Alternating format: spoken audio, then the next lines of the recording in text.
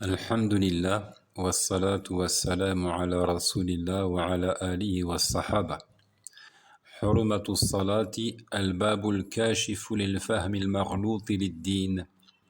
Le caractère sacré de la prière, le chapitre qui dévoile la compréhension erronée de la religion. Hurmatu salati, al-babul kashifu lil fahmi al-maghlouti lid-din. Le caractère sacré de la prière, deux points. Le chapitre qui dévoile la compréhension erronée de la religion.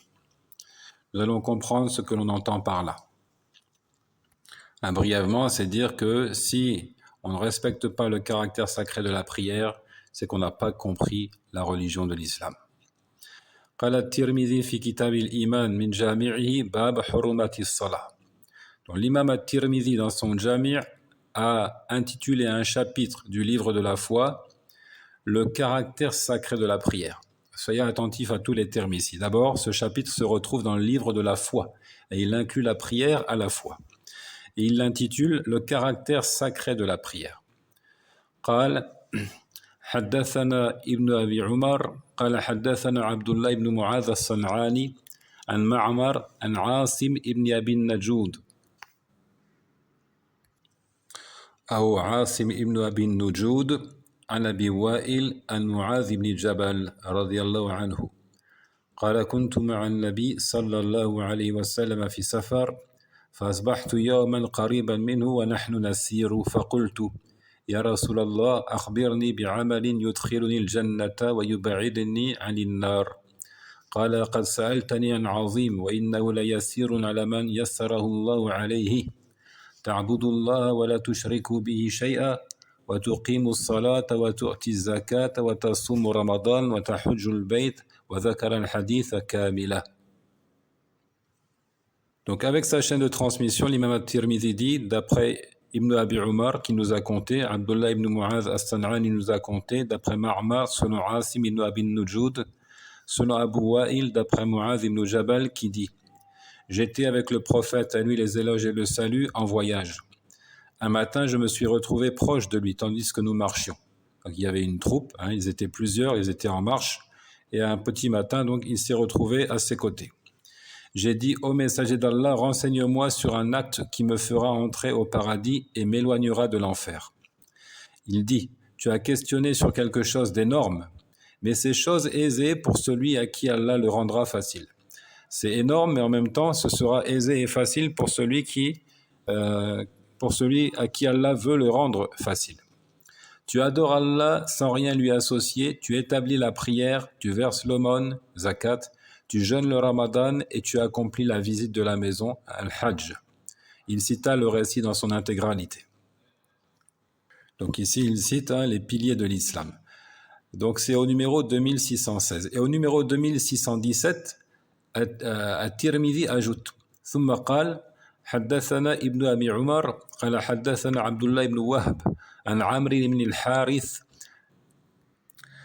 عن دراج أبي الصمح عن أبي الهيثم عن أبي سعيد قال قال رسول الله صلى الله عليه وسلم إذا رأيتم الرجل يتعاهد المسجد فاشهدوا له بالإيمان فإن الله تعالى يقول إنما يعمر مساجد الله من آمن بالله واليوم الآخر وأقام الصلاة وآتى الزكاة. الآية.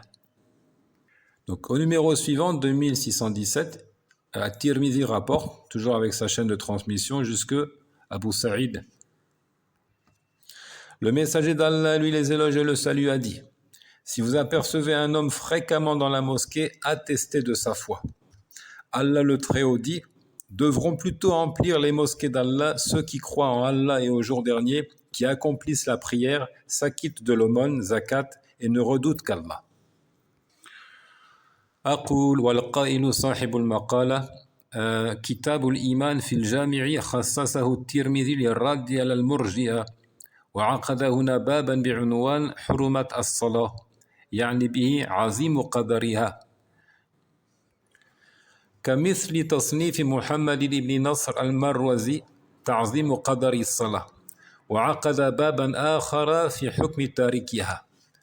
Donc ici, l'auteur de l'article dit, Le livre de la foi dans le Jami' a été consacré par At-Tirmizi à la réfutation des Murji'a. L'objectif recherché par At-Tirmizi à travers ce chapitre ou ce livre de la foi, c'est de répliquer aux Murji'a, à ceux qui ont mis en retrait l'acte corporel, qui l'ont exclu donc de la définition de la foi. At-Tirmizi y a inscrit ce chapitre intitulé « Le caractère sacré de la prière ». Il veut signifier par là son mérite incommensurable, son extrême importance. Donc c'est comparable à ce que fit Mohammed ibn Nasr al-Marwazi en produisant son ouvrage Ta'zim Qadari Salah, que l'on pourrait traduire par vénération du mérite de la prière. At-Tirmizi proposa aussi un autre chapitre sur la sentence s'appliquant à celui qui délaisse la prière. باب حرمة الصلاة يحتاج اليوم منا إلى تنبيه ووقفات فالترمذي عقد هذا الباب ليرد على المرجئة فيقول كيف تكون الصلاة التي هي ركن من أركان الإسلام التي هذه مكانتها العظيمة في الدين ليست من الإيمان كما يقول المرجئة. Donc, le chapitre du caractère sacré de la prière requiert aujourd'hui de notre part quelques temps d'arrêt. Il mérite réflexion.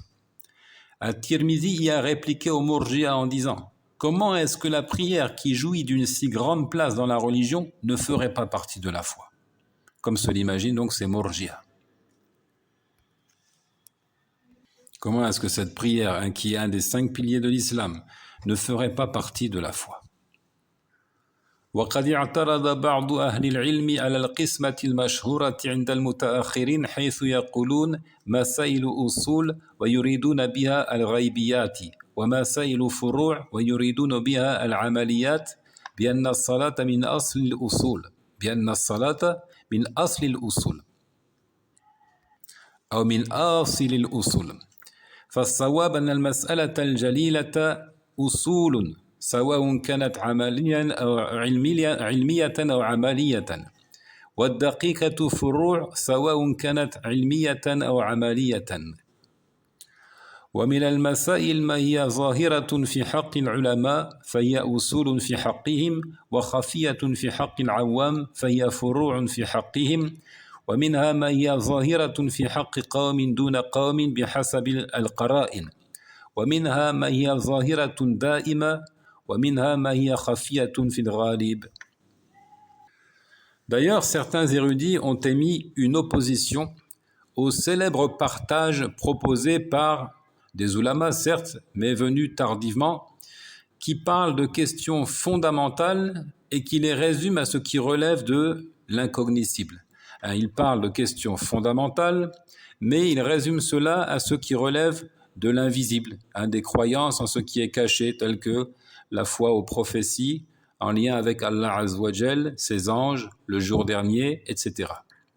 Et qui parlent aussi de questions de second ordre, ou encore d'embranchement, par lesquels ils veulent signifier les pratiques religieuses. Donc cette présentation des choses-là, elle n'est pas correcte. C'est très important de le comprendre.